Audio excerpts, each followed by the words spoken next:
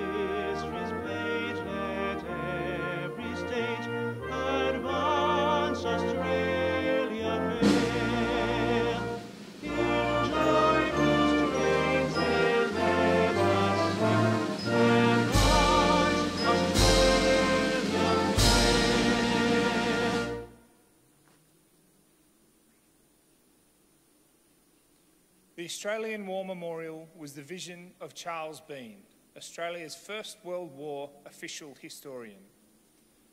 Bean landed with the Australian troops on Gallipoli and stayed with them on the front through to the end of the war. The idea of this national memorial and museum came to him at Pozières, France, in the depths of the bloody fighting of 1916. Bean's idea was that this would be a place where families and friends could mourn loved ones buried in faraway places. It would also be a place that could help all Australians understand what these men and women had endured and what they had done for us. Bean's vision, to which we remain true, is best expressed as inscribed in the entrance to the memorial's galleries. Here is their spirit, in the heart of the land they loved, and here we guard the record which they themselves made. Tonight we'll read the story behind just one of those on the Roll of Honour, which lists the names of more than 102,000 men and women who have given their lives for us in war and operations for more than a century. But first, we present a lament, Flowers of the Forest. Wreaths and floral tributes will now be laid at the base of the Pool of Reflection.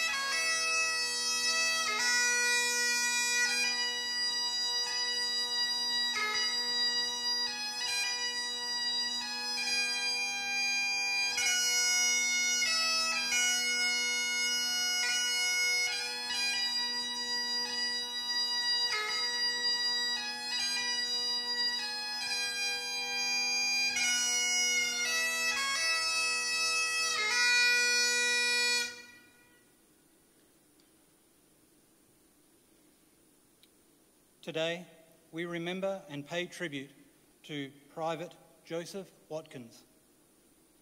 Joseph Herbert Watkins was born in 1897, the son of John and Eunice Watkins of the Newcastle suburb of Wallsend in New South Wales.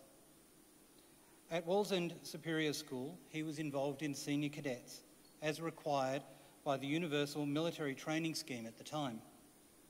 After leaving school, he worked as a wheelwright, most likely at the Wallsend Colliery, a major employer in the area at the time. Watkins enlisted in the Australian Imperial Force in Newcastle in July 1915, and after a period of training at Liverpool Military Camp, sailed for Egypt as an original member of the 30th Battalion in November 1915, bound for the Dardanelles. The fighting on Gallipoli had ended by the time the troop ship arrived, so the battalion spent the following months training in camps around Cairo in preparation for its deployment to the Western Front. No sooner had Watkins arrived in Egypt than he was hospitalised with an illness and spent the following months recovering in the hospital in Cairo before rejoining the battalion in Tel Kabir in March 1916. The 30th Battalion spent the following months occupying posts along the Suez Canal and training in preparation for their departure for the Western Front. The 30th Battalion had been in France for just 2 weeks before it was committed to its first major operation in the new theatre. On the night of the 19th and the 20th of July 1916, the battalion took part in a costly and unsuccessful action in Fromelles, near the Belgian border.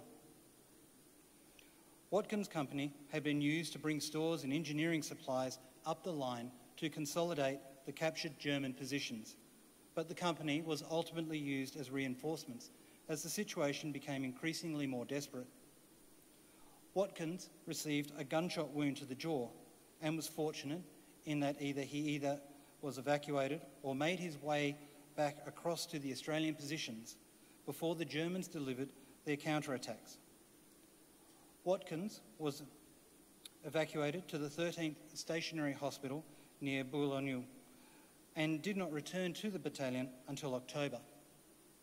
By then, the 30th Battalion, which had remained in the Fromelles area, was preparing to join other Australian units further south on the Somme to hold positions throughout the fighting of the oncoming winter.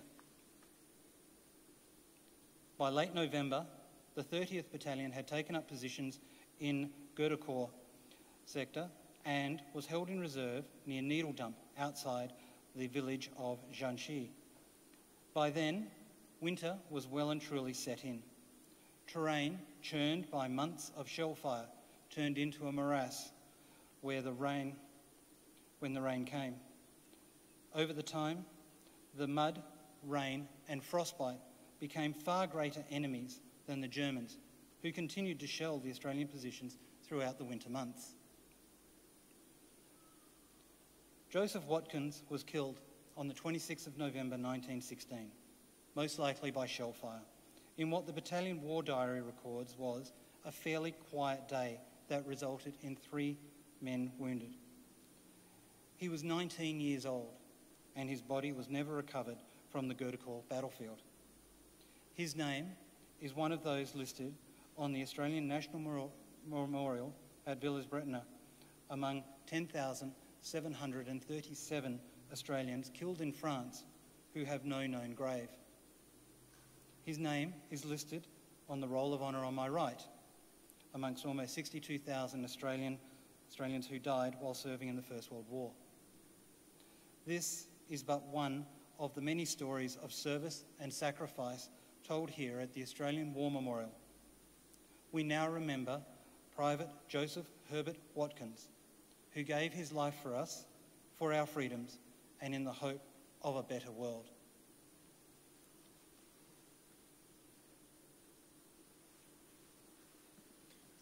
Please stand for the reading of the Ode and the sounding of the last post.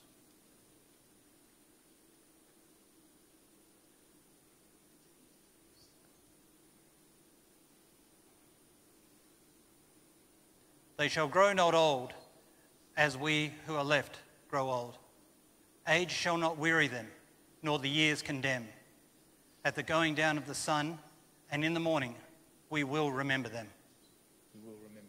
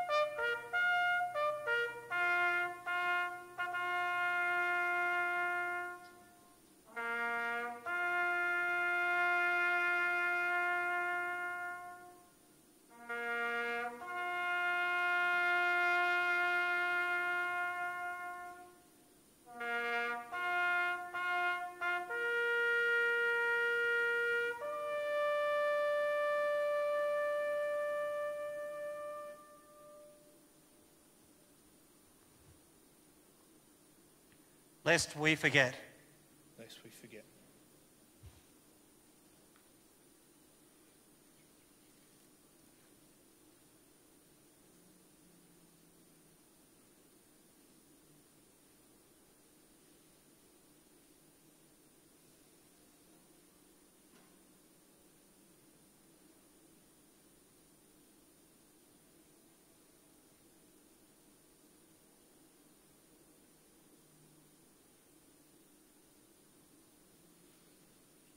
We leave you this evening with the words of the memorial's founder, Charles Bean.